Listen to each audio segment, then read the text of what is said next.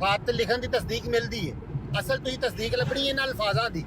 अल्फाज तुसीं पेश कर रहे हो कि ਇਹ अल्फाज उस खत 'ਚ मौजूद सन, समझ रहे हो? ਕਿਹੜੇ ਇਹ ਅਲਫਾਜ਼ ਉਹ ਸਾਹਿਲ ਦੇ ਸਵਾਲ 'ਚ ਲਿਖੇ ਨੇ, ਇਹ ਅਲਫਾਜ਼ ਸਾਹਿਲ ਦੇ ਸਵਾਲ ਲਿਖੇ ਨੇ। ਸਵਾਲ ਨੰਬਰ 6 ਹਕੀਕਤ ਅਲਵਈ 167 ਸਫਾ ਬਹਾਲ ਦੇ ਵਿੱਚ ਵੀ ਤੇ ਮਿਰਜ਼ਾ ਸਾਹਿਬ ਨੇ ਨਾ ਲਿਖੇ, ਮਿਰਜ਼ਾ ਸਾਹਿਬ ਨੇ ਥੱਲੇ ਜਿਹੜੀ ਤਸ਼ਰੀਹ ਕੀਤੀ ਹੈ, ਠੀਕ ਹੈ, ਉਹ ਵੇਖ ਲਓ ਕੀ ਤਸ਼ਰੀਹ ਕੀਤੀ ਹੈ। ਸਵਾਲ ਜਿਹੜਾ ਲਿਖਿਆ ਸਵਾਲ ਨੰਬਰ 6 ਉਹਦੇ 'ਚ ਖਤ ਦਾ ਮਤਨ ਮੌਜੂਦ ਹੈ ਕਿ ਨਹੀਂ ਮੌਜੂਦ? ਮੈਂ ਕਹਿੰਦੇ ਆ ਕਿ ਅਗਰ ਮੌਜੂਦ ਹੋਏ ਵੀ, ਠੀਕ ਹੈ, ਮੌਜੂਦ ਹੋਏ ਵੀ, ਥੱਲੇ ਜਾ ਕੇ ਵੇਖੋ ਹਦੀਸ ਦੀ ਤਸ਼ਰੀਹ ਨਿਕਲੀ ਹੈ। ਅਗਰ ਅਗਰ ਮਗਰ ਅਗਰ ਮਗਰ ਅਗਰ ਮਗਰ ਇਹ ਜੇ देखो यार 1122 साहब अपना मतन लिखे आ अमर भाई एक मिनट एक मिनट दियो गल करो हो रहा है गल करो पूरी नहीं है ਤੁਹਾਡੇ ਕੋਲ ਕੋਈ ਪ੍ਰੂਫ ਨਹੀਂ ਹੈ ਤਾਂ गल करो पूरी गल करो ਦੇ ਦੋ ਤੇ ਵਿੱਚ ਸਕੂਨ ਨਾਲ गल करो पूरी आपने ਮੈਂ ਇੰਨੀ ਗੱਲ ਕਰ ਰਿਹਾ ਕਿ ਅਗਰ ਅਸੀਂ ਮੈਂ ਤਾਂ ਕਰ ਰਿਹਾ ਮਗਰ ਤਾਂ ਕਰ ਰਿਹਾ ਵਾਂ ਕਿ ਤੁਹਾਡੇ ਕੋਲ ਕੋਈ ਪ੍ਰੂਫ ਨਹੀਂ ਹੈ। ਅਗਰ ਤੁਸੀਂ ਪ੍ਰੂਫ ਦੇ ਦਿਓ, ਉਹ ਖਤ ਲਿਆ ਕੇ ਸਾਹਮਣੇ ਪੇਸ਼ ਕਰ ਦਿਓ, ਤੇ ਫਿਰ ਤੇ ਅਗਰ ਮਗਰ ਵਿੱਚੋਂ ਨਿਕਲ ਜਾਂਦਾ। ਅਗਰ ਮਗਰ ਦੇ ਵਿੱਚ ਜਾਣ ਬੁੱਝ ਕੇ ਮੈਂ ਥੋੜੀ ਪਾਣ ਡਿਆ, ਇਸੇ ਵਜ੍ਹਾ ਤੋਂ ਪਾਣ ਡਿਆ ਕਿ ਤੁਹਾਡੇ ਕੋਲ ਤਸਦੀਕ ਨਹੀਂ ਹੁੰਦੀ ਇਹਨਾਂ ਅਲਫਾਜ਼ਾਂ ਦੀ ਸਵਾਲਾਂ ਦੇ ਵਿੱਚ ਸਵਾਲ ਦੇ ਵਿੱਚ ਅਗਰ ਅਲਫਾਜ਼ ਆਏ ਨੇ, ਥੱਲੇ ਜਾ ਕੇ ਮਿਰਜ਼ਾ ਸਾਹਿਬ ਨੇ ਜਿੱਡੀ ਸੋਹਣੀ ਤਸ਼ਰੀਹ ਕਰ ਦਿੱਤੀ ਹੈ, ਉਹਨੂੰ ਇੱਕ ਪਾਸੇ ਰੱਖ ਕੇ ਤੇ ਹਦੀਸ ਨੂੰ ਇੱਕ ਪਾਸੇ ਕਰ ਰੱਖ ਕੇ ਦੇਖ ਲਓ, ਇੰਝ ਲੱਗੇਗਾ ਹਦੀਸ ਦੀ ਤਸ਼ਰੀਹ ਹੋਈ ਹੈ, ਠੀਕ ਹੈ। ਇੰਨੀ ਗੱਲ ਉੱਥੇ ਵੇ ਜਿਹੜਾ ਉਸ ਅਗਰ ਤੁਸੀਂ ਖਤ ਜਿਹੜਾ ਇੱਕ ਵਾਰੀ ਮੈਂ ਦੇਖਿਆ ਸੀ, ਉਹ ਬਾਰਕਾਂ ਮੈਂ ਵੇਖੀਆਂ ਨੇ, ਠੀਕ ਹੈ, ਉਹ ਬਾਰਕ ਕਿਸੇ ਬੰਦੇ ਨੇ ਤੁਹਾਡੇ ਪਾਸੇ ਪੇਸ਼ ਕੀਤੀ ਸੀ, ਉਹਦੇ ਵਿੱਚ ਤੇ ਲਿਖਿਆ ਸੀ ਕਿ ਖੁਦਾ ਤਾਲਾ ਨੇ ਵਾਅਦੇ ਕੀਤਾ ਹੈ। ਤੇ ਫਿਰ ਮੈਂ ਤਾਂ ਅਗਰ ਲਾਇਆ ਕਿ ਅਗਰ ਖੁਦਾ ਤਾਲਾ ਨੇ ਵਾਅਦੇ ਕੀਤਾ ਵੀ ਹੈ ਤੇ ਉਹ ਫਿਰ ਮਿਰਜ਼ਾ ਸਾਹਿਬ ਦੇ ਅਲਫਾਜ਼ ਹੀ ਨਾ ਹੋਏ, ਉਹ ਤੇ ਅਲਫਾਜ਼ ਹੋਏ ਭਾਈ ਜੀ ਅੱਲਾਹ ਤਾਲਾ ਦੇ, ਕਿ ਅੱਲਾਹ ਤਾਲਾ ਨੇ ਕੀਤਾ ਵਾਅਦੇ। ਇਹੀ ਗੱਲ ਮੈਂ ਸਮਝਾਉਣਾ ਚਾਹ ਰਿਹਾ ਕਿ ਅਗਰ ਕਿਹੜੀ ਗੱਲ ਹੈ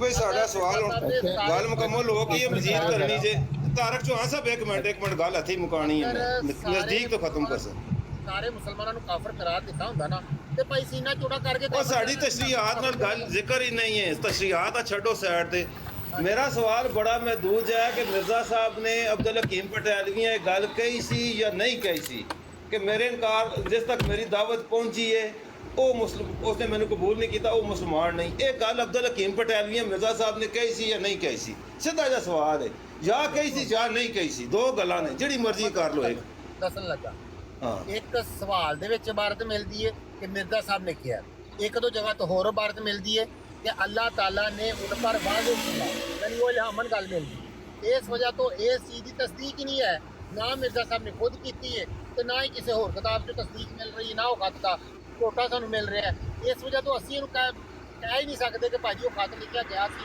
वो इबारतां लिखियां गईयां सन कि नहीं सन समझ रहे हो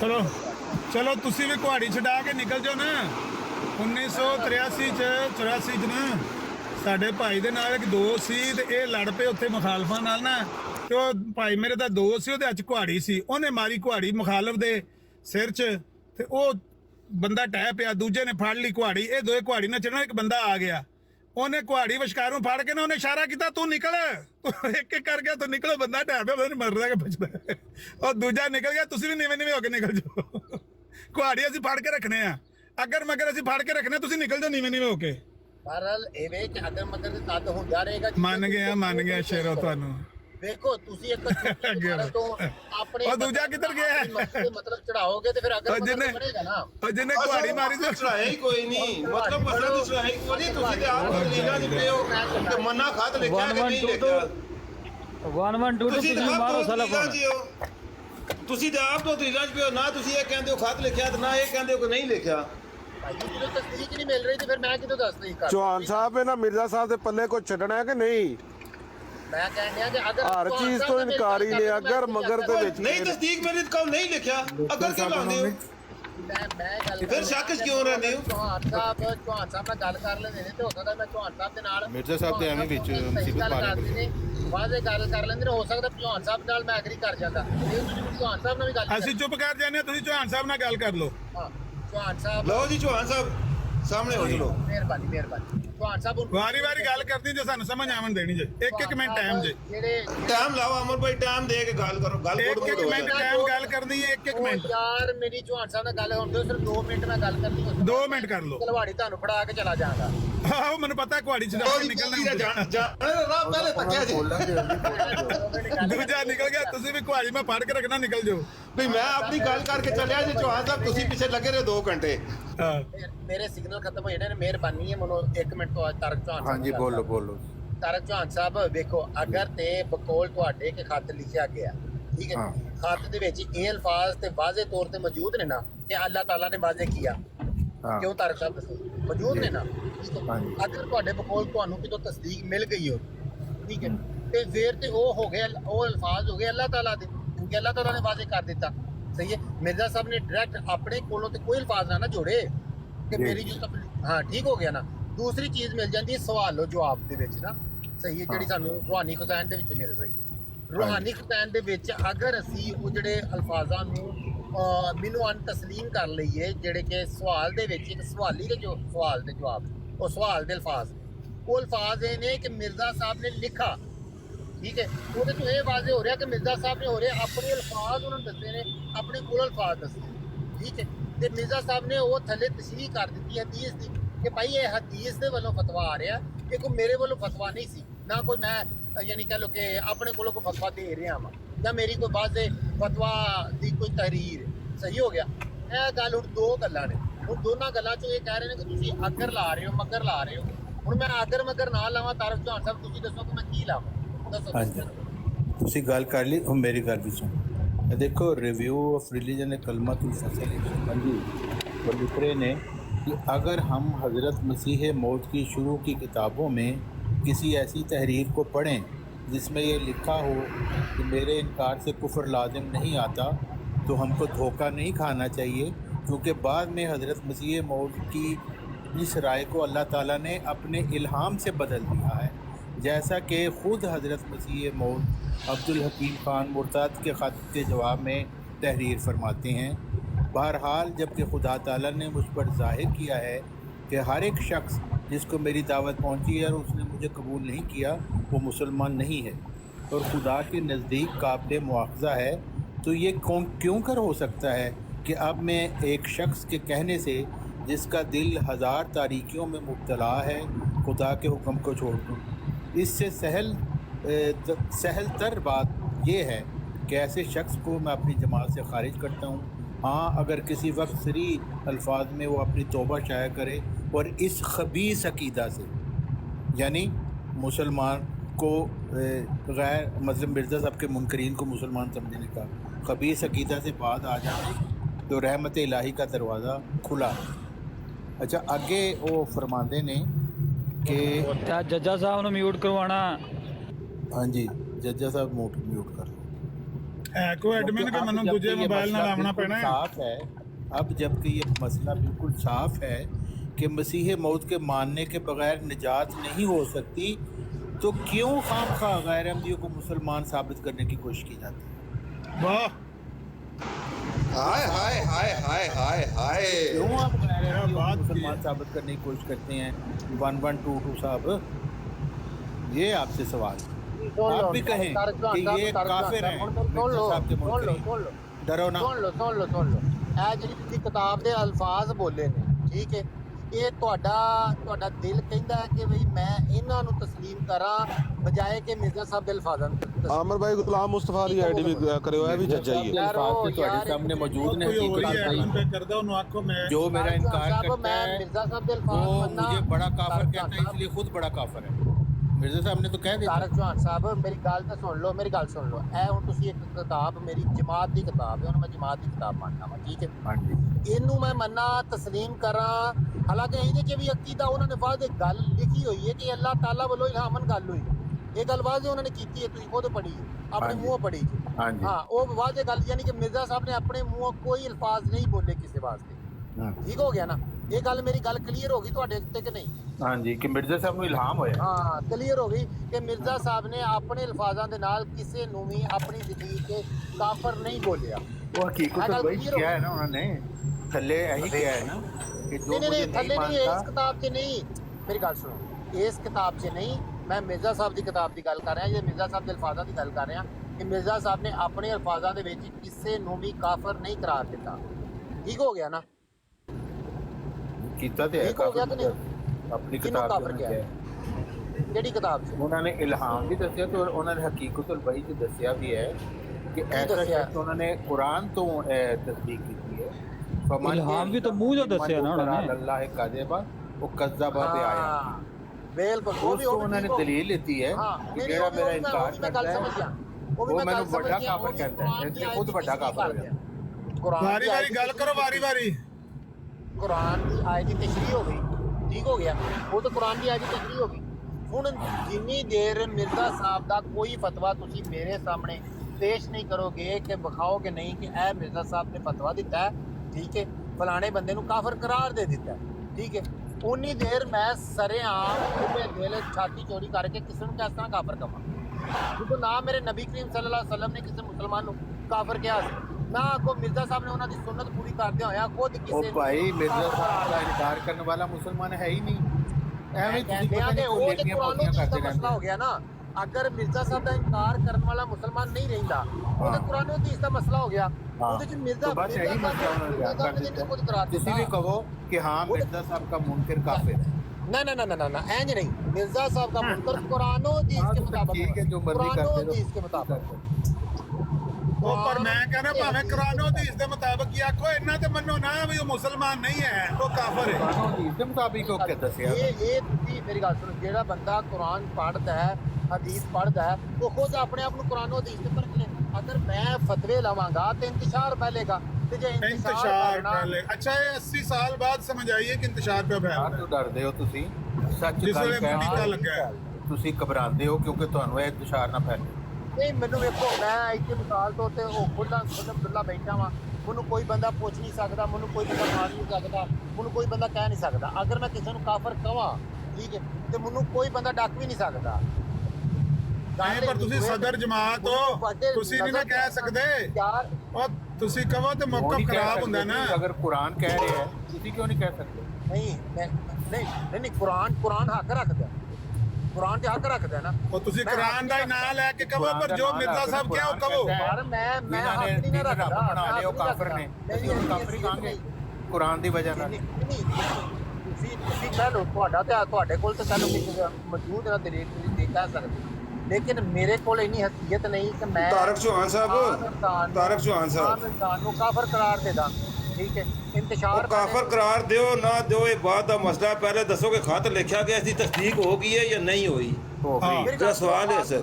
ਖਤ ਲਿਖੇ ਜਾਣ ਦੀ ਤਸਦੀਕ ਨਹੀਂ ਲੱਭਣੀ ਅਸੀਂ ਲੱਭਣੀ ਇਹਨਾਂ ਅਲਫਾਜ਼ਾਂ ਮੈਂ ਦੀ ਜੀ- ਤਸਦੀਕ। ਭਈ ਇਹ ਅਲਫਾਜ਼ ਮਿਰਜ਼ਾ ਸਾਹਿਬ ਦੇ ਸਾਬਤ ਨੇ ਜਾਂ ਨਹੀਂ ਸਾਬਤ ਹੈ? ਪਤਾ ਚਲੋ ਇਹ ਕਰ ਲਓ। ਕੁਹਾੜੀ ਰੱਖ ਦਿਓ ਆਮਰ ਨਜ਼ੀਰ ਸਾਹਿਬ ਦੇ ਮੋਢੇ ਤੇ, ਯਕੀਨ ਕਰੋ ਤੁਹਾਡੀਆਂ ਗੱਲਾਂ ਦੀ ਸਮਝ ਕੋਈ ਨਹੀਂ ਆਉਂਦੀ। ਖਤ ਪੁੱਛੋਗੇ, ਆਖੋਗੇ ਖਤ ਲਿਖਿਆ ਗਿਆ, ਮੈਂ ਕਹਾਂਗਾ ਹਾਂ ਲਿਖਿਆ ਗਿਆ। ਅੱਗੋਂ ਫੇਰ ਜੋ ਤੁਹਾਡਾ ਅਗਲਾ ਸਵਾਲ ਹੋਏਗਾ ਕਿ ਅਲਫਾਜ਼ ਲਿਖੇ ਗਏ ਨੇ, ਤੇ ਤੁਸੀਂ ਭਈ ਅਲਫਾਜ਼ ਲਿਖਿਆ ਗਿਆ ਤੇ ਤਜ਼ਕਰਾ ਚ ਕਿਉਂ ਕੱਢਿਆ ਨੇ? ਸਵਾਲ ਸਾਡਾ ਇਹ ਵੇ, ਖਤ ਚ ਕੀ ਲਿਖਿਆ ਹੈ? ਇਹਦੀਆਂ ਵਜ਼ਾਹਤਾਂ ਮੈਂ ਰੱਖਿਆ ਉਹ ਪਰੇ ਕਮਰੇ ਚ ਆ ਕੇ ਪਰੇ ਰੱਖੋ ਇਹਨਾਂ ਕਲਮਾਤੁਲ ਫਸਲ ਵਗੈਰਾ ਵਾ। ਮੇਰਾ ਸਵਾਲ ਇਹ ਵੇ ਕਿ ਮਿਰਜ਼ਾ ਸਾਹਿਬ ਨੇ ਖਤ ਲਿਖਿਆ ਤੇ ਜਦੀਦ ਐਡੀਸ਼ਨ ਚ ਖਤ ਕੱਢਿਆ ਕਿਉਂ ਨੇ? ਵੇਖੋ, ਉਹ ਕੋਈ ਅਥੈਂਟਿਕ ਕਿਤਾਬ ਨਹੀਂ ਹੈ ਕਿ ਜਿਹਦੇ 'ਚ ਚੇਂਜਿੰਗ ਨਹੀਂ ਹੋ ਸਕਦੀ। ਅਗਰ ਉਹ ਮਿਰਜ਼ਾ ਸਾਹਿਬ ਦੀ ਕਿਤਾਬ ਹੁੰਦੀ ਜਾਂ ਮਿਰਜ਼ਾ ਸਾਹਿਬ ਦੇ ਅਲਫਾਜ਼ ਹੁੰਦੇ ਜਿਹੜੇ ਮਿਰਜ਼ਾ ਸਾਹਿਬ ਖੁਦ ਲਿਖ ਕੇ ਗਏ, ਠੀਕ ਹੈ, ਉਹ ਇੱਕ ਹੋਰ ਚੀਜ਼ ਹੋਣੀ ਸੀ। ਲੇਕਿਨ ਜਦੋਂ ਮਿਰਜ਼ਾ ਸਾਹਿਬ ਉਹ ਖੁਦ ਨਹੀਂ ਲਿਖ ਕੇ ਗਏ, ਉਹਦੇ 'ਚ ਚੇਂਜਿੰਗ ਕਰਨੀ, ਚੇਂਜਿੰਗ ਹੋਣੀ, ਉਹ ਨਾਰਮਲ ਗੱਲ ਹੈ। ਜਿਹੜੀ ਚੀਜ਼ ਦੀ ਤਸਦੀਕ ਨਹੀਂ ਲੱਭੇਗੀ, ਠੀਕ ਹੈ, ਉਹਦੀ ਚੇਂਜਿੰਗ ਹੋ ਫਿਰ ਜਾਏਗੀ। ਆਖੋ ਵੀ ਨਹੀਂ ਲਿਖਿਆ ਗਿਆ, ਤਸਦੀਕ ਨਹੀਂ ਲੱਭੀ, ਆਖੋ ਨਹੀਂ ਲਿਖਿਆ ਗਿਆ। ਇਹ ਵੀ ਨਹੀਂ ਆਖਦੇ ਨਹੀਂ ਲਿਖਿਆ ਗਿਆ, ਫਿਰ ਇਨਕਾਰ ਕਰੋ ਵੀ ਨਹੀਂ ਲਿਖਿਆ ਗਿਆ। ਮੇਰੇ ਵੱਲੋਂ ਅਗਰ ਦੋ ਟੋਕ ਮੌਕਫ ਲੈਣਾ ਜੇ ਤੇ ਮੈਂ ਆਖਾਂਗਾ ਨਹੀਂ ਲਿਖਿਆ ਗਿਆ, ਤਸਦੀਕ ਕਰੋ ਇਹਦੀ। ਅਸਾਂ ਕਿਆ ਨਹੀਂ ਕਰਨੀ ਤਸਦੀਕ ਹੈ? ਬਸ਼ੀਰੁद्दीन महमूद ਸਾਹਿਬ, ਬਸ਼ੀਰ ਅਹਿਮਦ ਅਹਿਮਦ ਸਾਹਿਬ ਕਰਦੇ ਪਏ, ਅਸਾਂ ਕਿ ਤੂੰ ਕਹਿਣ ਦੀ ਜ਼ਰੂਰਤ ਹੈ ਕਰਨੀ ਬਸ਼ੀਰੁद्दीन महमूद अहमद अहमद साहब ਕੋਈ ਹੁਜਤ ਨਹੀਂ ਹੈ ਜਮਾਤ ਵਾਸਤੇ, ਕੋਈ ਹੁਜਤ ਤਸਦੀਕ ਤੇ ਆਵੇ ਨਾ। ਤਸਦੀਕ ਵੀ ਕੋਈ ਨਹੀਂ, ਉਹਨਾਂ ਦੀ ਤਸਦੀਕ ਮੰਨੀ ਨਹੀਂ ਜਾਏਗੀ ਕਿਉਂਕਿ ਉਹ ਹੁਜਤ ਨਹੀਂ ਹੈ। ਉਹ ਕਿਹਦੇ ਲਈ ਤੂੰ ਹੁਜਤ? ਬਿਆਨ ਦਵਾ ਦੇ ਬਸ਼ੀਰੁद्दीन महमूद ਜਿਸ ਗੱਲ ਦੀ ਤਸਦੀਕ ਨਹੀਂ। ਇਹ ਬਿਆਨ ਆਪਣੇ ਖਲੀਫਾ ਕੋਲ ਦਵਾਓ ਕਿ ਉਹ ਸਾਡੇ ਵਾਸਤੇ ਹੁਜਤ ਹੈ ਹੀ ਨਹੀਂ, ਤੇ ਅਸੀਂ ਕਿਉਂ ਉਹਨਾਂ ਨੂੰ ਵਿੱਚ ਡਿਸਕਸ ਕਰੀਏ? ਹੁਜਤ ਅਸਾਂ ਉਹ ਰੱਖਣੀ ਹੈ ਕਿ ਜਿਹੜੀ ਬਸ਼ੀਰੁद्दीन महमूद ਸਾਹਿਬ ਹੁਜਤ ਹੈ ਨਹੀਂ ਨੇ? ਬਸ਼ੀਰੁद्दीन महमूद ਸਾਹਿਬ ਹੁਜਤ ਹੈ ਨਹੀਂ? ਖੁਲਫਾ ਹੁਜਤ ਨਹੀਂ ਹੁੰਦੀ, ਖੁਲਫਾ ਹੁਜਤ ਨਹੀਂ ਹੁੰਦੀ, ਹੁਜਤ ਹੁੰਦਾ ਕੁਰਾਨ ਔਰ ਹਦੀਸ।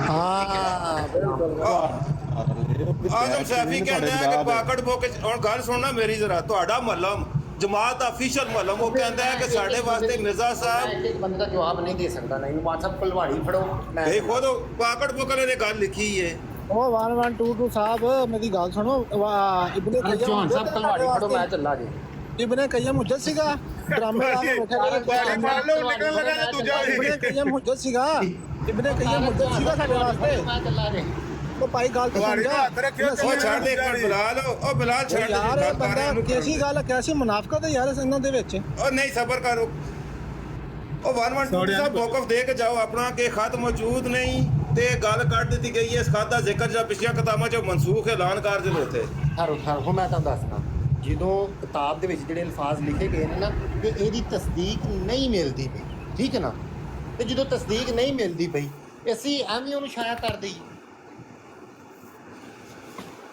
ਠੀਕ ਤਸਦੀਕ ਮਿਲ ਜੇ ਦੁਬਾਰਾ ਸ਼ਾਇਆ ਹੋ ਜਾਏਗਾ ਕੋਈ ਮਸਲਾ ਨਹੀਂ ਅਸਲ ਮਸਲਾ ਇਹ ਹੈ ਕਿ ਉਹਦੀ ਤਸਦੀਕ ਨਹੀਂ ਤਸਦੀਕ ਜਦੋਂ ਲਿਖਿਆ ਗਿਆ ਉਦੋਂ ਵੀ ਨਹੀਂ ਮਿਲੀ ਠੀਕ ਹੈ ਹੁਣ ਵੀ ਨਹੀਂ ਮਿਲੀ ਦੱਸ ਦਿੱਤਾ ਕਿ ਤੁਸੀਂ ਜਦੋਂ ਲਿਖਿਆ ਗਿਆ ਸੀ ਉਸ ਤੋਂ ਬਾਅਦ ਉਹਦੀ ਐਡੀਸ਼ਨ ਚੇਂਜ ਹੋਇਆ ਯਾਰ ਐਮਪੀ ਸਾਹਿਬ ਨੂੰ ਤੇ ਬੁਲਾਣਾ ਉਹ ਕਿ ਕਹਿੰਦੇ ਨੇ ਜਿਹੜਾ ਮਿਰਜ਼ਾ ਸਾਹਿਬ ਨੂੰ ਮੁਫਤਰੀ ਸਮਝਦਾ ਹੈ ਉਹ ਪੱਕਾ ਕਾਫਰ ਹੈ।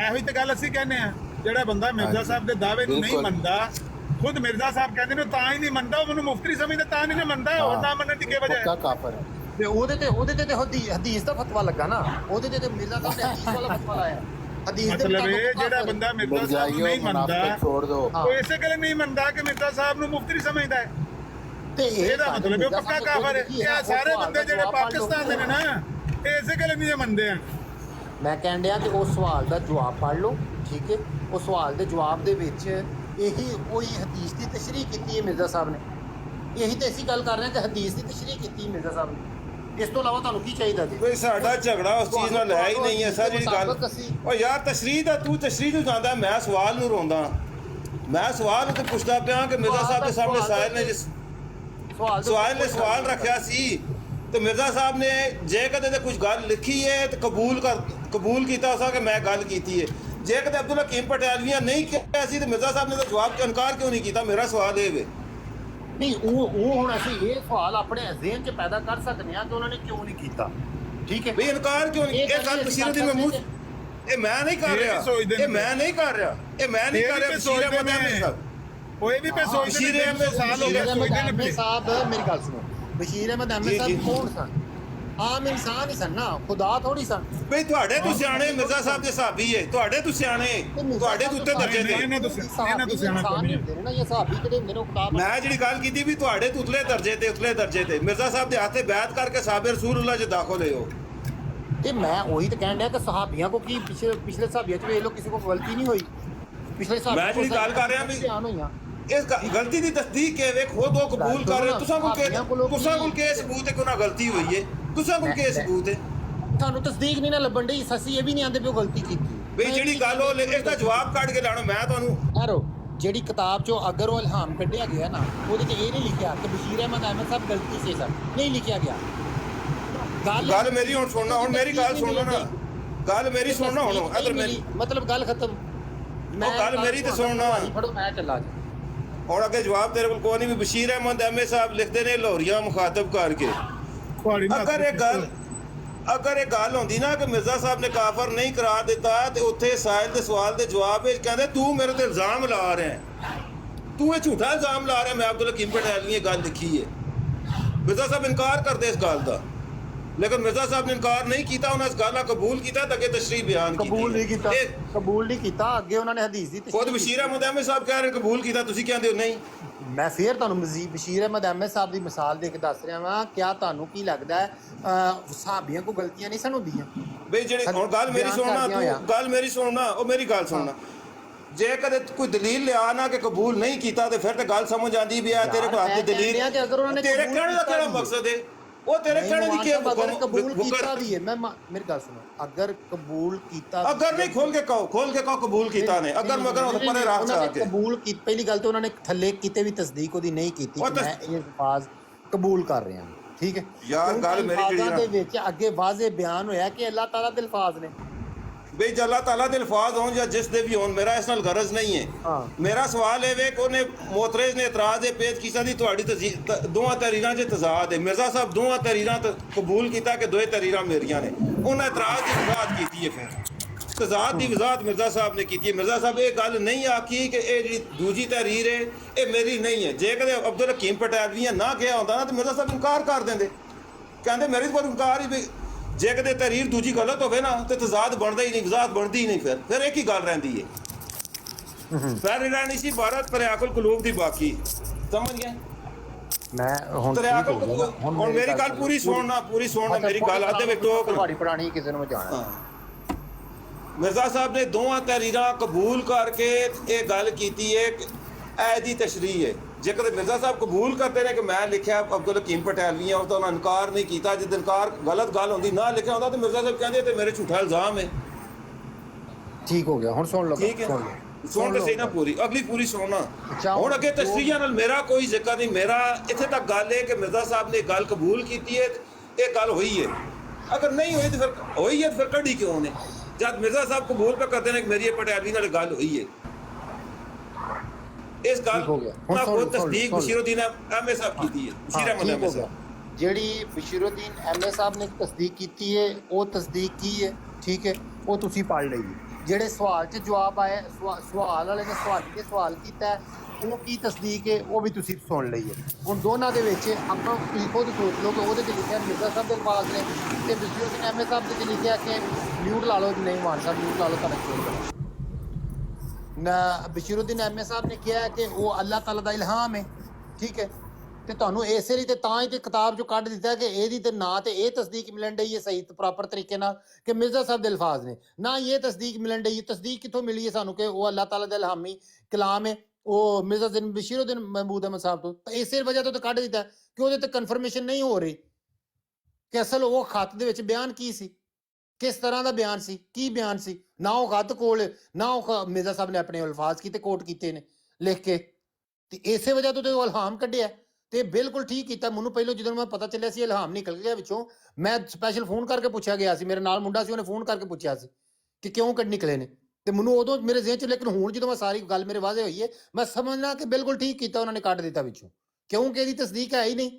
ਨਾਮ ਰੂਹਾਨੀ ਖਜ਼ਾਨ 'ਚੋਂ ਮਿਲ ਰਹੀ ਹੈ, ਨਾ ਬਸ਼ੀਰ ਅਹਿਮਦ ਐਮਏ ਸਾਹਿਬ ਦੀ ਰਲ ਰਹੀ ਹੈ ਨਾਲ ਉਹਨਾਂ ਦੇ, ਤੇ ਗੱਲ ਤਾਂ ਫਿਰ ਬਿਲਕੁਲ ਠੀਕ ਹੈ ਨਾ। ਤੇ ਅਗਰ ਦੋਵੇਂ ਹੀ ਵੇਖਿਆ ਜਾਏ ਨਾ, ਦੋਵਾਂ ਤੋਂ, ਯਾਨੀ ਕਿ ਸਵਾਲ ਵਾਲੇ ਜਵਾਬ, ਸਵਾਲ ਵਾਲੇ ਤਲਫਾਜ਼ ਹੀ ਕਹਿ ਲਓ ਕਿ ਉਹ ਮਿਰਜ਼ਾ ਸਾਹਿਬ ਦੇ ਆਪਣੇ ਹੈ ਹੀ ਕੋਈ ਨਹੀਂ ਨਾ। ਜੇ ਬਸ਼ੀਰ ਅਹਿਮਦ ਐਮਏ ਸਾਹਿਬ ਦੇ ਵੀ ਲੈ ਲਏ ਜਾਣ ਤੇ ਉਹ ਤੇ ਫਿਰ ਸਾਫ਼ ਗੱਲ ਹੀ ਕਲੀਅਰ ਹੁੰਦੀ, ਉਹ ਤੇ ਬਿਲਕੁਲ ਧੁੱਪ ਜਾਂਦੀ ਹੈ ਗੱਲ ਕਿ ਇਹ ਤੇ ਮਿਰਜ਼ਾ ਸਾਹਿਬ ਦੇ ਅਲਫਾਜ਼ ਹੀ ਨਹੀਂ, ਇਹ ਤੇ ਸਾਫ਼ ਸੁਥਰੇ ਅਲਫਾਜ਼ ਨੇ ਅੱਲਾਹ ਤਾਲਾ ਦੇ, ਕਿ ਅੱਲਾਹ ਤਾਲਾ ਨੇ ਵਾਜ਼ੇ ਕੀਤਾ, ਇਲਹਾਮੀ ਗੱਲ ਹੈ। ਤੇ ਹੁਣ ਇਸੇ ਗੱਲ ਨੂੰ ਅਗਰ ਪੀਂਦੇ ਰਹੋਗੇ ਐਂਡ ਇਹੀ ਰਿਜ਼ਲਟ ਨਿਕਲਣਾ ਹੈ ਕਿ ਖਤ ਲਿਖਿਆ ਗਿਆ ਸੀ, ਉਹਦੀ ਤਸਦੀਕ ਨਹੀਂ ਮਿਲ ਰਹੀ। ਐਂਡ ਰਿਜ਼ਲਟ ਇਹੀ ਨਿਕਲਣਾ। ਉਹਦੀ ਤਸਦੀਕ ਕੌਣ ਕਰ ਰਿਹਾ? ਖਤ ਲਿਖੇ ਗਏ ਦੀ ਆਪਣਾ ਬਸ਼ੀਰ ਅਹਿਮਦ ਐਮਏ ਸਾਹਿਬ, ਤੇ ਨਾਲੇ ਉਹਦੇ ਅੱਲਾਹ ਤਾਲਾ ਦੇ ਅਲਫਾਜ਼ ਮਿਲ ਗਏ ਨੇ। ਹਾਂ, ਰਲ ਟਾਈਮ ਹੋ ਗਿਆ ਅਹਿਮਦ ਸਾਹਿਬ, ਮੈਂ ਮਾਜ਼ਰ ਚਾਹਨਾ ਵਾ, ਫਿਰ ਇਨਸ਼ਾ ਅੱਲਾਹ ਲਵਾਂਗਾ ਕੰਮ। ਤੁਹਾਡੀ ਨੂੰ ਹੱਥ ਰੱਖੀਏ ਆ ਕੇ ਉਹ ਦੱਸ ਕੇ ਕਿ ਗੂੰ ਨਹੀਂ, ਇਹ ਬਿੱਲੀ ਹੋ ਗਿਆ। ਉਹ ਬੰਦਾ ਅਮਰ ਨਜ਼ੀਰ ਹੋ, ਉਹ ਸਾਡੀ ਪੰਜਾਬੀ ਦੀ ਕਹਾਵਤ ਹੈ, ਮੈਂ ਬਸ ਸਾਡੀ ਪੰਜਾਬੀ ਦੀ ਕਹਾਵਤ ਹੈ, ਗੂੰ ਨਹੀਂ, ਇਹ ਬਿੱਲੀ ਹੋ ਗਿਆ। ਬਾਹਰ ਦੇ ਹੁਜਤ ਨਹੀਂ ਹੈ ਜੀ, ਹੁਜਤ ਨਾ ਕਹਿ ਕੇ ਜਾਨ ਛੁਡਾ। ਮੈਂ ਕਹਿੰਦਾ ਕਿ ਨਾ ਮਿਰਜ਼ਾ ਸਾਹਿਬ ਵੀ ਹੁਜਤ ਇਨਕਾਰ ਕਰ ਦੇ ਦਿੱਤਾ ਹੁਣ। ਅੱਲਾਹ ਦੀ ਕਸਮ ਯਾਰ ਕੀ ਬੰਦੇ ਨੇ। ਉਹ ਕਾਲੂ ਨਹੀਂ ਕਾਲੂ, ਉਹ ਮੁਸਲਮ ਦੀ ਹਦੀਸ ਨਹੀਂ ਹੈ ਕਿ ਅੱਲਾਹ ਦਾ ਨਬੀ ਸੱਲੱਲਾਹੁ ਅਲੈਹਿ ਵਸੱਲਮ ਫਰਮਾਇਆ ਕਿ ਔਰਤ ਸ਼ੈਤਾਨ ਦੀ ਸ਼ਕਲ ਔਰਤ ਦੀ ਸ਼ਕਲ ਤੁਹਾਡੇ ਸਾਹਮਣੇ ਆਂਦਾ ਵੇ, ਤੇ ਜਦੋਂ ਆਪ ਆਪਣੀਆਂ ਬੀਵੀਆਂ ਕੋਲ ਜਾਓ ਤੇ ਹਜ਼ਰਤ ਦਾ ਲਿਖਿਆ ਹੋਇਆ। ਉਹ ਕਾਲੂ ਲਾਂਤੀ ਨੇ ਉਹਦੇ ਤੇ ਵੀ ਇਤਰਾਜ਼ ਕਰਤਾ, ਕਹਿੰਦਾ ਕਿੱਥੇ ਲਿਖਿਆ ਵਾ? ਮੈਂ ਕਿਹਾ ਮੁਸਲਮ 'ਚ ਲਿਖਿਆ, ਤਾਂ ਉਹ ਥੱਲੇ ਲਿਖਿਆ ਹੋਇਆ ਇਬਨ ਕਯਮ ਦੀ ਕਿਤਾਬ 'ਚ ਵੀ ਮੁਸਲਮ 'ਚ ਲਿਖਿਆ ਹੋਇਆ। ਕਹਿੰਦਾ ਕਿਆਮਤ ਤੱਕ ਚੈਲੰਜ ਆ, ਮੁਸਲਮ 'ਚ ਕੱਢ ਕੇ ਵਿਖਾ ਦੇ ਹਦੀਸ। ਯਾਰ ਇਹ ਕੀ ਇਨਸਾਨ ਨੇ, ਕੋਈ ਤਹਿਕੀਕ ਨਹੀਂ, ਸਵਾਏ ਬਕਵਾਸ ਕਰਨ ਦਾ ਕੋਈ ਸ਼ੈ ਨਹੀਂ ਹੈ, ਬਸ ਕੱਢਣਾ ਵਾ ਕਿ ਇਹਨਾਂ ਦੀਆਂ ਕਿਤਾਬਾਂ 'ਚ ਲਿਖਿਆ ਵਾ। ਉਹ ਮਰੇ ਪਏ ਨਹੀਂ। ਮੈਂ ਕਿਹਾ ਮੁਸਲਮ ਨਹੀਂ ਤੂੰ ਪੜ੍ਹੀ? ਉਹ ਫਿਰ ਮੈਂ ਕਿਹਾ ਚਾਚਾ ਤੂੰ ਇਹ ਕਹਿੰਦਾ ਵੀ ਨਹੀਂ ਲਿਖਿਆ, ਕਿਉਂ ਮੈਂ ਕਿਉਂ ਕਹਾਂ? ਮੈਂ ਕਿਹਾ ਤੂੰ ਗੁਸਤਾਖੀ ਨਹੀਂ ਸਮਝਣ ਡਿਆ ਹੈ, ਇਹ ਵੀ ਨਹੀਂ ਕਹਿਣ ਡਿਆ ਕਿ ਲਿਖਿਆ ਨਹੀਂ ਹੈਗਾ। ਵਾਲਾ ਮਾੜਾ ਯਕੀਨ ਜੋ ਪੁੱਛਤਾ ਹੋਣਾ ਕਿ ਤੂੰ ਅਗਲੀ ਨਸਲ ਦੀ ਸਾਡੇ ਬਰਦਾਸ਼ਤ ਨਹੀਂ ਕਰ ਸਕਣ ਲੱਗੇ। ਇਸ ਤੂੰ ਅਗਲੀ ਨਸਲ ਉਹ ਰੂਹਾਨੀ ਖਜ਼ਾਨ ਨੂੰ ਛੱਡ ਕੇ ਨੱਸ ਜਾਣਗੇ। ਬਿਲਕੁਲ ਇਹ ਸਾਡੀ ਬਰਦਾਸ਼ਤ ਕਰ ਸਕਣ ਲੱਗੇ। ਇਹ ਸੀਰਤੁਲ ਮਹਿਦੀ ਨੂੰ ਤਜ਼ਕਰੇ ਨੂੰ, ਮਲਫੂਜ਼ਾਤ ਨੂੰ ਛੱਡ ਕੇ ਨਿਕਲ ਗਏ ਨੇ ਨਾ ਉਹ ਰੂਹਾਨੀ ਖਜ਼ਾਨੇ ਨੂੰ ਜਿਹੜੇ ਆਉਣ ਵਾਲੇ ਛੱਡਣਗੇ। ਨੇ ਉਹ ਰੂਹਾਨੀ ਖਜ਼ਾਨ ਨੂੰ ਵੀ ਛੱਡ ਕੇ ਦੌੜ ਜਾਣ। ਅਗਲੀ ਨਸਲ ਇਹ ਸੱਟਾਂ ਬਰਦਾਸ਼ਤ ਨਹੀਂ ਕਰ ਅਗਲੀ ਸਕੇਗੀ। ਨਸਲ ਰੂਹਾਨੀ ਖਜ਼ਾਨ ਨੂੰ ਵੀ ਛੱਡ ਦੇ।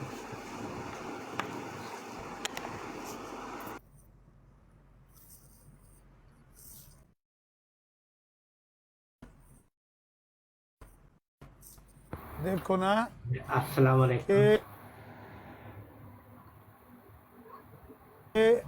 वो खत लिखे है मिर्जा साहब ने जेड़े मुखालफ नूं लिखे है ओदे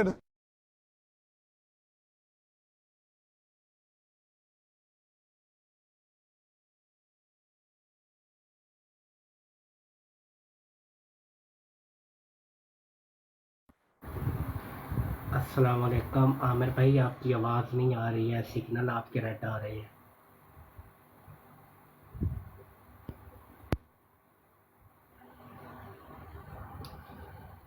मोहतरम नईम अमान भाई और बिलाल भाई, मेरी आवाज़ आ रही है? आ रही है, आपकी आवाज़ आ रही है। जी ठीक है, लेकिन वो अमर नज़ीर भाई नीचे दोबारा आ जाते हैं, कोई नहीं मसला। दूसरी आईडी से आएंगे। जी जी जी।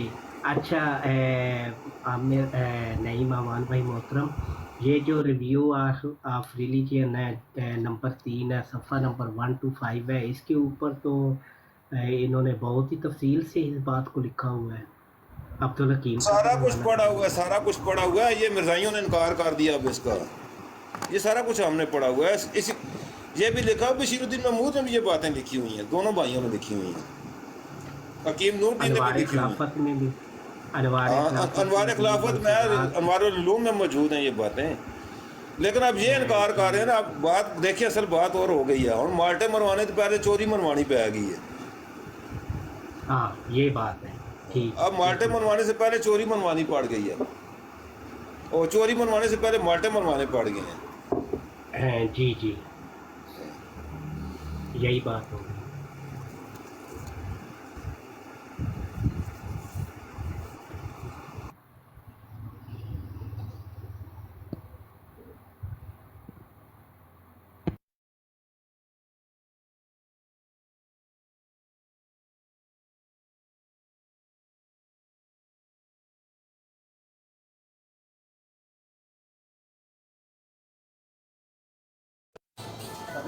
नहीं मान साहब,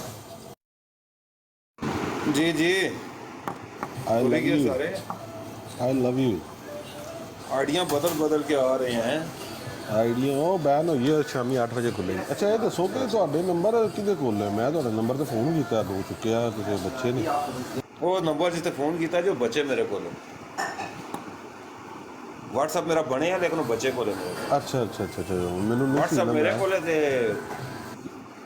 ਕਾਲ ਜਿਹੜੀ ਬੱਚੇ ਕੋਲ। ਅੱਛਾ ਤੁਹਾਡੀ ਲੋੜ ਸੀ ਬੜੀ ਡਾਢੀ ਉਸ ਟਾਈਮ। ਕਿਸ ਟਾਈਮ?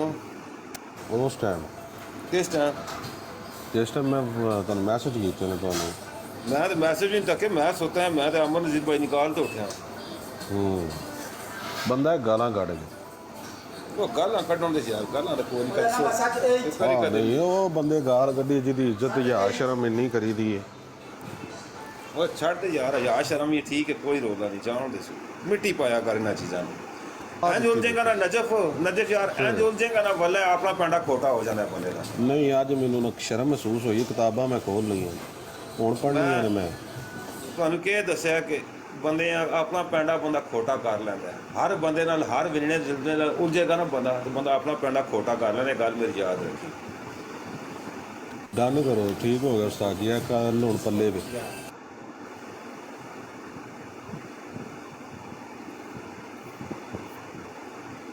ਮੈਂ ਜਦੋਂ ਪਾਕਿਸਤਾਨ ਆਇਆ ਤੁਹਾਨੂੰ ਮੈਂ ਮਿਲਿਆ। ਜੀਨੇ ਰਹੇ ਯਾਰ ਬਾਕੀ ਸਭ ਕੁਝ ਬਾਕੀ ਜੀਨੇ ਰਹੇ ਮੁਲਕਾਤਾਂ ਹੋਣੀਆਂ ਰਹਿ ਸੁਣਦੇ ਭਾਈ। ਓਏ ਆਬਦ ਸਾਹਿਬ ਕਿੱਥੇ ਗਏ ਨੇ? ਅਮਰ ਭਾਈ ਥੱਲੇ ਕਾਲ ਪਾ ਰਹੇ ਨੇ। ਹੁਣ ਮੋਡੇਟੋ ਤਾਂ ਅਸੀਂ ਹੈ ਕੋਈ ਨਾ ਚੁੱਕਾ। ਉਹ ਆਬਦ ਸਾਹਿਬ ਕਿੱਥੇ ਗਏ? ਉਹ ਬਿਲਾਲ ਹਾਂਜੀ ਆ ਗਏ ਨੇ। ਉਹ ਅਮਰ ਭਾਈ, ਉਹ ਮੇਰੇ ਨਾਲ ਸਿਗਨਲ ਡ੍ਰੌਪ ਹੋ ਗਏ ਸਨ। ਸੁਣੋ ਤਾਂ ਸਹੀ ਨਾ ਗੱਲ ਸੁਣਾਣੇ ਆ।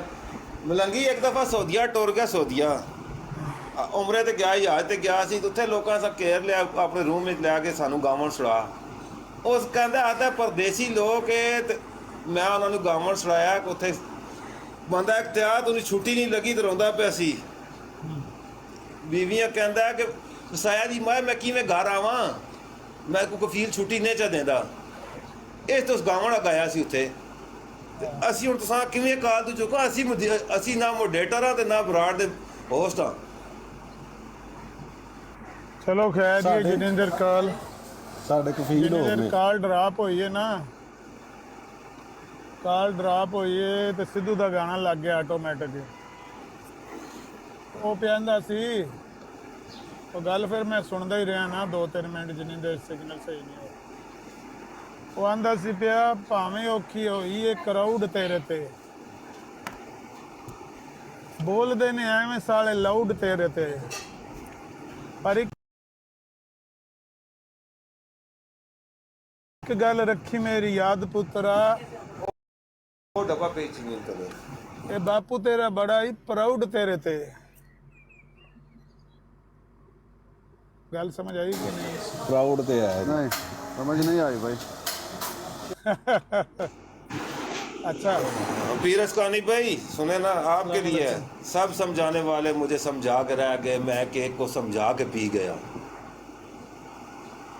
वो जो लड़का है ना जिसका मैंने आपको बताया था एक दफ़ा कि वो लड़का पंजाबी सिंगर है और माँ बाप का इकलौता बेटा था और बड़ा टैलेंटेड था कत्ल कर दिया गया 2 साल पहले सिद्धू सिद्धू सिद्धू मूसे वाला पूरी गल करा करो गड़मुड़ हो जाती है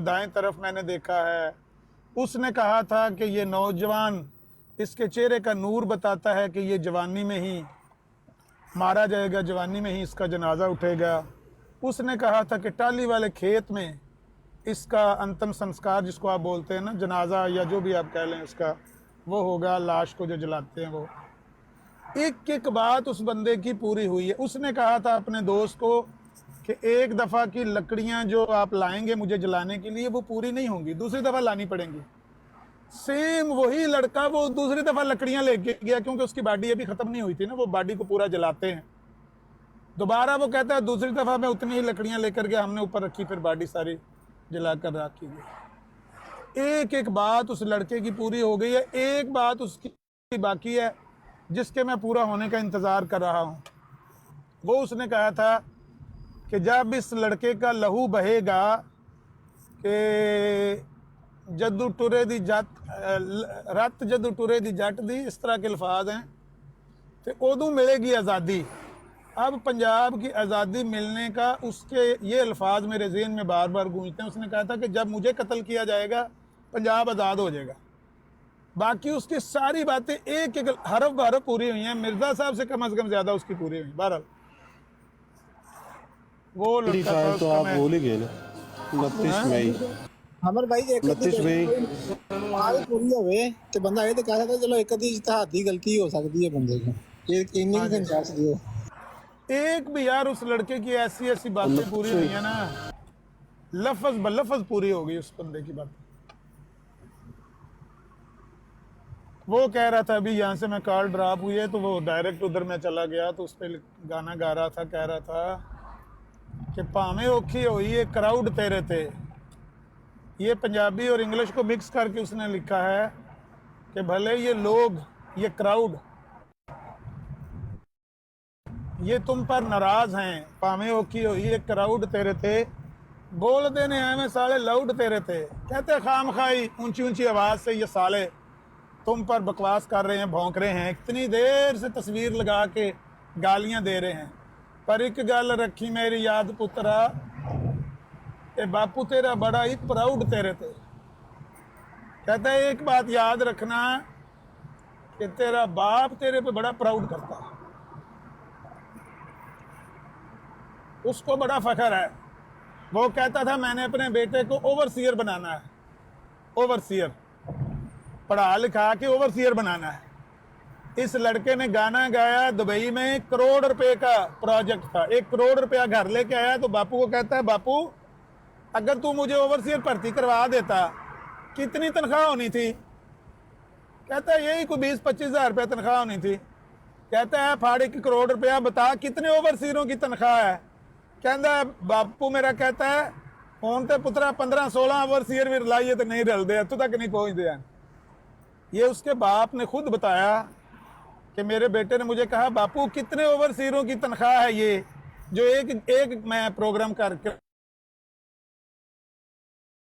करोड़ों रुपए के वो प्रोजेक्ट करता था। तो वो उसने कहा है कि बोल देने साले एवं लाउड तेरे थे पर एक गल रखी मेरी याद पुत्रा, ए बापू तेरा बड़ा ही प्राउड तेरे थे। ये खाम खा साले भौंक रहे वाह जी वाह।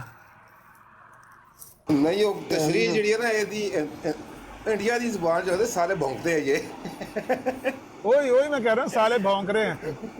ये खाम खा साले ਉਹਨਾਂ ਦੀ भौंक रहे ਜ਼ੁਬਾਨ 'ਚ ਇਹੀ ਬਣਦੀ ਹੈ ਨਾ। हाँ। एमडी साहब का जवाब दो, बैत कर लो सिद्धू मूसेवाले की, अमन अजीज। मतलब ये कोई सिंगर था, वो पेशेंट गोइयां करता? नहीं सिंगर था, सिर्फ पेशगोइयाँ नहीं करता था। तो लेकिन उसने जो कुछ कहा वो बातें पूरी हो रही हैं उसकी, वही है। उसने बतौर पेशगोई नहीं बयान की थी, अपने गाने में गाई थी, वो पूरी हो रही हैं। नहीं ये तो उसका ना कोई दावा था मुलहिम होने का ना कुछ। ये जो कुछ उसने कहा है ना ये तसर्रुफ इलाही होता है।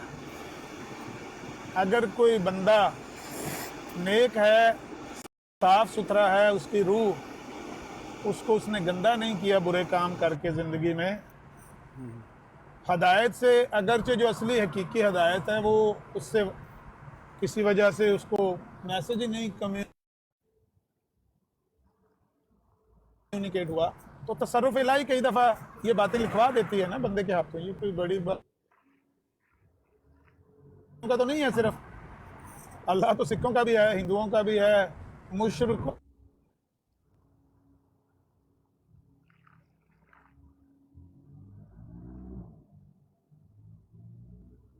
तसर्रुफ इलाही मानता हूँ। आपकी आवाज़ कट गई थी अमर भाई। नेट इशू चल रहा है। नीचे एमडी साहब मैंने दसो जवाब किने देना? वो एमडी साहब अपना जवाब देता है ना। पीरस्तानी भाई कैसे हैं, तबीयत ठीक है? अल्हम्दुलिल्लाह। आज आपकी आवाज़ थोड़ी सी कम कम आ रही है, खैर है? नहीं, असल में मैंने वायर लगाए हुए हैं तो ये थोड़ा वायरों में प्रॉब्लम होगा। वायर क्या मतलब भाई, हैंड फ्री लगाया हुआ है? जी जी ठीक, ये हो गया। अच्छा, रात को मैंने जो लाम पेश किया था ना आपको, इन्नमा अमरुका इरादतन शैयन वाला, उसकी आगे तशरीह मैंने ढूंढी है, मिली है मुझे, लेकिन इंशाल्लाह इशा के बाद आपको पेश करेंगे। ठीक है, अच्छी बात है। मैंने उसकी आगे तशरीह ढूंढी है, सामने आ जाएगी क्या लिखा हुआ उसमें क्या नहीं। फैसला आपने खुद करना है, हमने उस पर कोई हुक्म नहीं लगाना, आपसे पूछना है कि क्या फैसला बनता है इसका। रात को देखेंगे इंशाल्लाह। हाँ, रात को देखेंगे इंशाल्लाह, सुकून के टाइम। आमिर रजी साहब ड्रॉप हो गए? हाँ, उस सिग्नल की ड्रॉप, वो सफ़र में है ना। वालेकुम सलाम। क्या हाल चाल ने पीर साहब, कैसे हैं? भाई नहीं, सारे दोस्त ठीक हैं? अल्हम्दुलिल्लाह अल्हम्दुलिल्लाह। ये साहिल खान साहब को ऊपर लीजिएगा बस, अल्हम्दुलिल्लाह जी। साहिल खान साहब को ऊपर लीजिएगा। ये इनकी आज हुई है डिबेट बिशारत टिल्लू से। कौन है ये साहिल? अहमदी है? ये मुसलमान है, इनकी बिशारत टिल्लू से डिबेट हुई है। चंगा डिबेटर ढूंढे।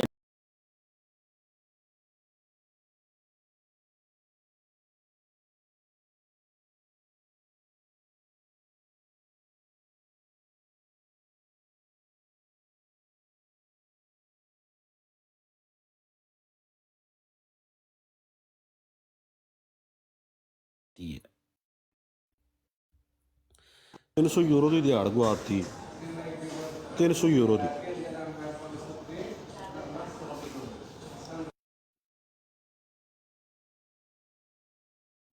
हाँ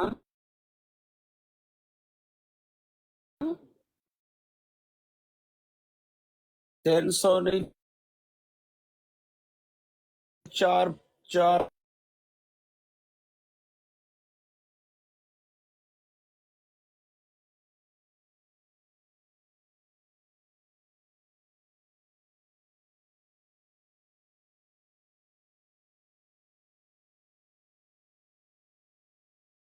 500 کوئی نہیں.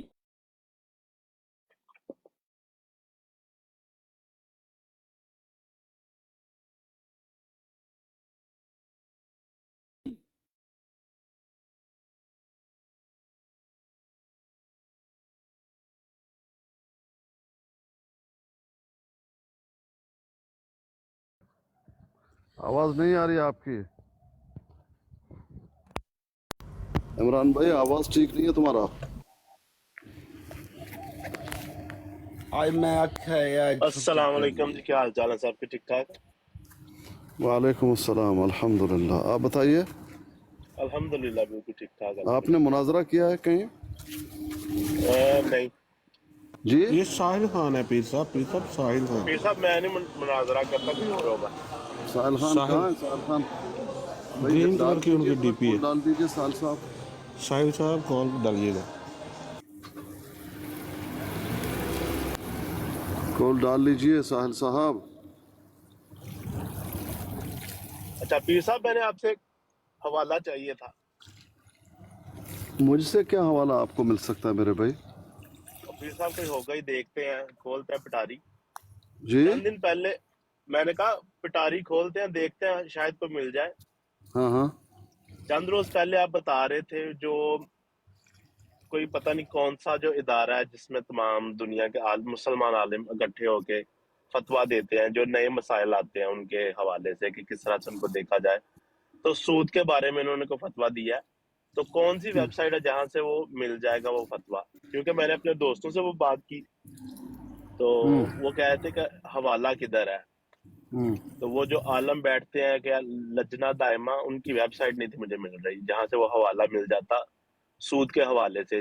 تھوڑی سی بات بتا دوں تو اس میں یہ تھا کہ جو سود ملتا ہے آپ کو اپنے پیسوں کے اوپر، آپ نے بھلے یوز نہیں کرنا لیکن ان سے لے کے آگے کسی غریب کو دے دیں. جو سود کے پیسے آپ کو ملنے ہی ملنے ہیں، اگر آپ ان پہ چھوڑ رہے ہیں وہ آپ ڈبل کر رہے ہیں گناہ جو بھی ہے، کہ وہ تو استعمال کریں گے ان کی موج ہے. میں نے اگر کوئی حوالہ دیا ہے تو وہ لجنہ دائمہ کا دیا ہوگا، سعودیہ کا.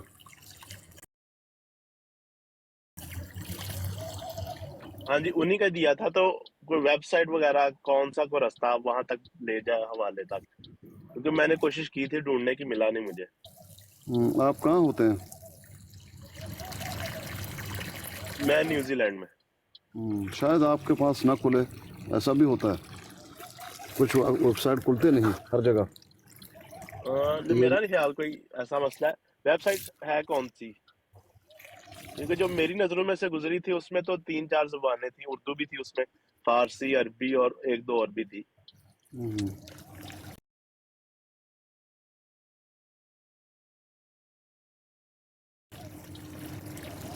انشاءاللہ میں آپ کو دے دوں گا.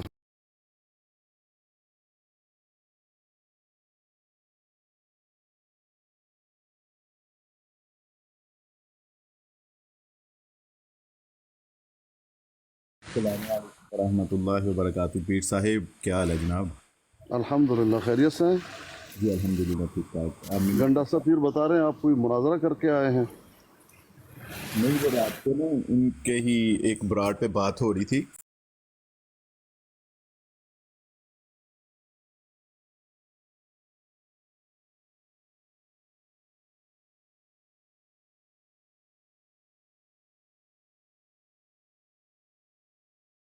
کہ قرآن پاک میں لکھا ہے خاتم کہ جو بھی آئے گا وہ نبی کریم صلی اللہ علیہ وآلہ وسلم کی مہر سے آئے گا. ہاں تو میں نے ان کو کہا کہ یار جو آپ یہ بات کر رہے ہیں قرآن میں لکھی ہے، ایسی کوئی بات قرآن میں نہیں لکھی. اگر ہے تو آپ اس کا پروف لے کے آؤ. تو وہ پھر انہوں نے کہا جی خاتم اللہ علی قلوبہم. میں نے کہا یار ٹھیک ہے اس کا ترجمہ کرو اور مجھے بتاؤ کہ کہاں پہ اس کے ترجمے میں لکھا ہے. پھر انہوں نے کہا جی خاتم النبیین کی انٹرپریٹیشن تفسیر یہ بنتی ہے. تو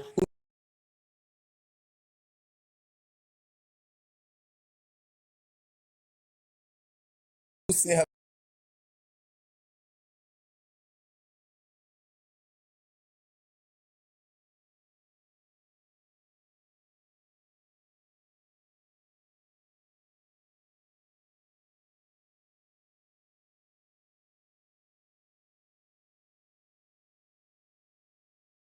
اس نے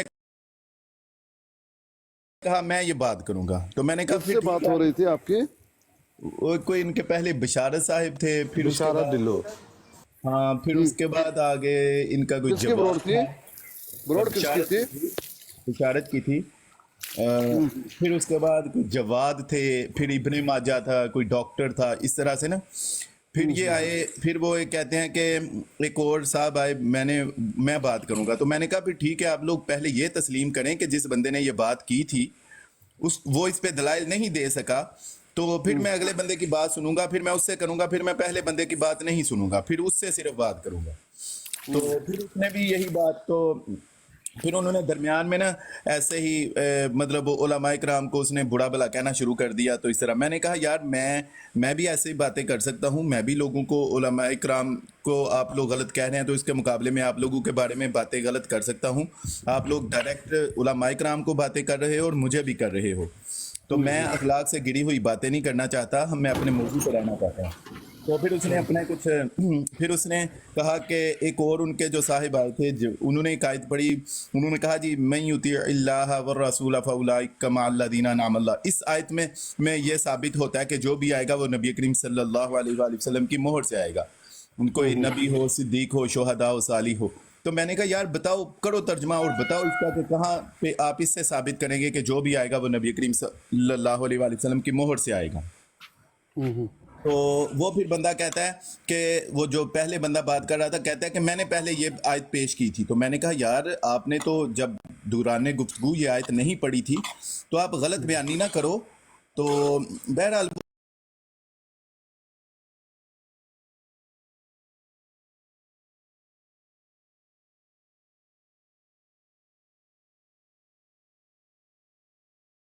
دس 12 سال پہلے میں علماء کرام کے پاس گیا, میں نے ان کو کہا مجھے بچا لو, میں قادیانیوں کی طرف جا رہا ہوں, مجھے یہ باتوں کی تفسیر بتاؤ.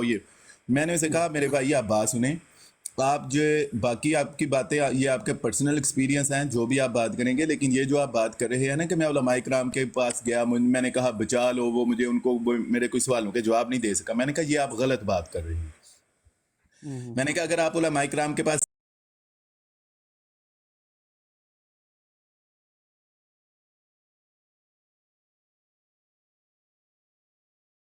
گئے ہوتے تو کم از کم آپ کو قرآن پاک مناسب پڑھنا آنا چاہیے تھا. آپ کو تو قرآن پاک نہیں پڑھنا بالکل نہیں آتا, تو آپ یہ علماء کرام کے پاس جانے والی آپ کی بات غلط ہے. ٹھیک ہے آپ کوئی اور بات آپ کہتے ہیں ٹھیک ہے کریں, لیکن علماء کرام کے پاس آپ نہیں گئے. تو وہ پھر ان کا ہی ایک بندہ کہتا ہے کہ آپ یہ بتاؤ کہ اس بندے نے کہاں پہ غلط قرآن پاک پڑھا ہے. نہیں تو میں نے کہا یار یہ ہمارا موضوع نہیں, ہم اپنے موضوع پہ رہیں گے, اسی پہ بات کریں گے, اسی پہ دلائل دیں گے. اس نے کہا نہیں, اگر تم یہ ثابت نہ تم نے کیا کہ ہمارے بندے نے کہاں پہ غلط قرآن پاک پڑھا ہے تو ہم تمہیں کہیں گے تم جھوٹے ہو, کذاب ہو. میں نے کہا یار ایسے الفاظ نہ بولو, ہم موضوع پہ رہیں گے. اس نے کہا نہیں پہلے یہ ثابت کرو پھر ہم موضوع پہ بات کریں گے. میں نے کہا ٹھیک ہے, 1 منٹ میں آپ کا جو دل کرتا ہے قرآن پاک کی کوئی آیت پڑھو جس کی 3 لائنیں ہوں, تو میں یہ بتاؤں گا آپ کو 1 منٹ میں آپ نے کون سی غلطیاں کی ہیں, اور اس کے بعد میں پھر اپنے موضوع پہ بات کروں گا.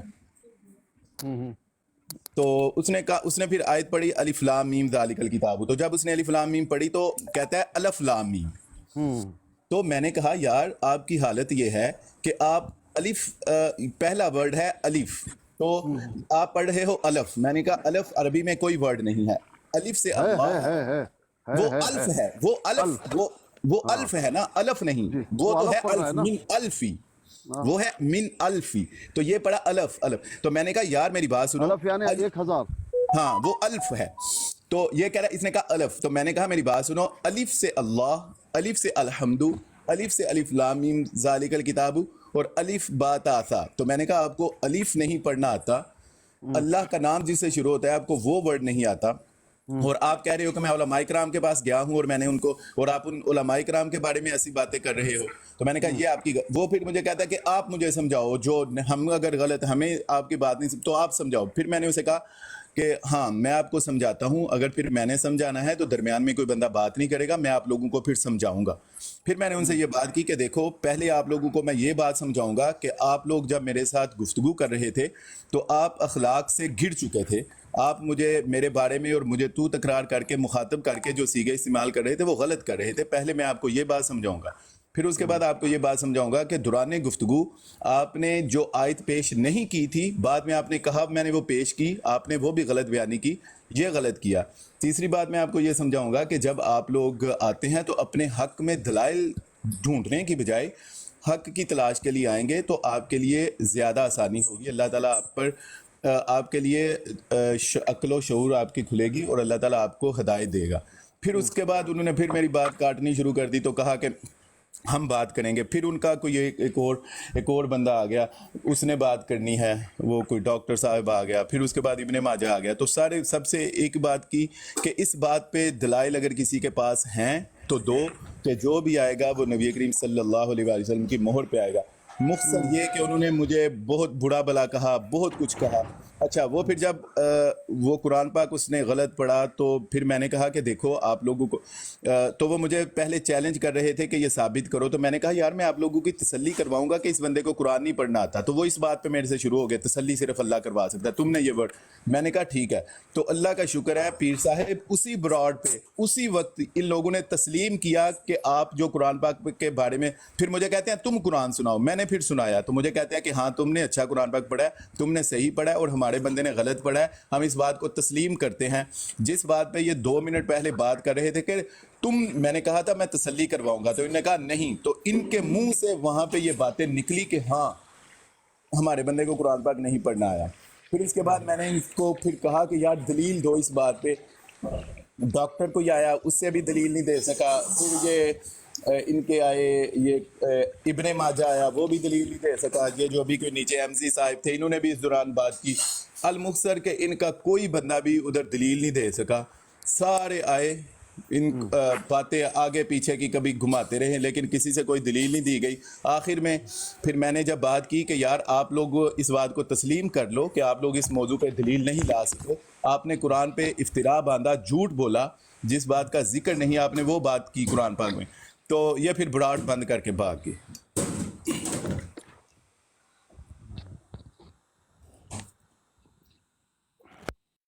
ये हुई ब्राड को क्यों बंद कर दिया भाई? बस फिर छोड़ के ब्राड ही बंद कर दी, भाग गए। हाँ नहीं वो तो फिर आपको निकालते। तो वही तो, लेकिन अब मुझे क्या निकाले? मैं तो कोई गलत बात नहीं ना की। मुझे तो तब निकालते क्योंकि वो मेरे लिए गलत जुबान तो वो यूज कर रहे थे, मैंने तो नहीं की ना। अब कोई बहाना मिलता तो मुझे निकालते। अगर मैं उनको किसी को गाली देता या मैं कोई गलत बात करता तो वो मुझे ही निकाल देते, वो मुझे नीचे फेंक देते। लेकिन जब मैं कोई पुरस्कून रहे ना, पुरस्कून माहौल में इन्होंने बात की है, अपने आप को बहुत ठंडे मिजाज रखे है। ये इनकी बहुत बड़ी यानी कि एक प्लस पॉइंट है जो हम में नहीं है, कि अपने आप को ठंडा नहीं रख सकते। जी जी जी माशाल्लाह। उनके बाद फिर यही एक हल बचा के वो मुझे वो ब्राड ही बंद करके चले गए।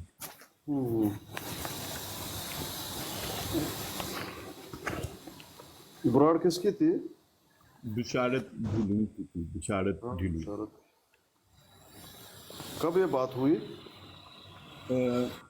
हमारे यहाँ तो ये रात की, तो पाकिस्तान आज सुबह की बात है फिर सर, यहाँ से दुबई की सुबह की बात है। बिल्कुल मैं आया था, मैंने देखा था वो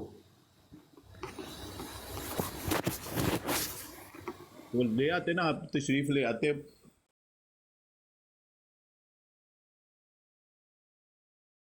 मुझे तो आप तशरीफ ले आते क्योंकि मैं तो अकेला था उनके, मतलब वो बाकी सारे वही थे, 8 लोग वही थे ब्राड पे, मैं अकेला था। सारे बारी बारी बोल रहे थे, लेकिन ये कि नीचे अपने मुसलमान भाइयों ने कमेंट्स में मतलब बहुत मेरी हेल्प की है। ऊपर तो बाकी वो सारे वही थे। नहीं, वहाँ बात चल रही थी, मैं थोड़ी देर आया और चला गया, देखा गुफ्तगू हो रही है, मैं चला गया था, फिर कुछ काम हो गया था, फिर वापस नहीं आया। भाई आपका नाम मिर्ज़ा गुलाम लिखा हुआ है कादियानी, आपको मैं नहीं उठाऊंगा, आप अपना नाम बदल के आ जाइए, कोई भी आप हो, आपको नहीं उठाया जाएगा। किसी की तस्वीर आप चढ़ाने के लिए या किसी का नाम चढ़ाने के लिए आप आएंगे तो मैं आपको नहीं उठाऊंगा। भाई आइए, अच्छे अंदाज में बात कीजिए, अपने नाम से आइए, तो ज़रूर आपको उठाएंगे भाईजान।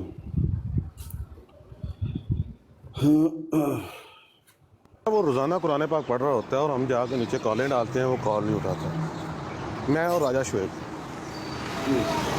लेकिन वो पढ़ भी ऐसे तरीके से रहा होता है कि अल्लाह पाक माफ़ करे, कुरान करीम का, और उससे अलग अलग से मायने निकालता है।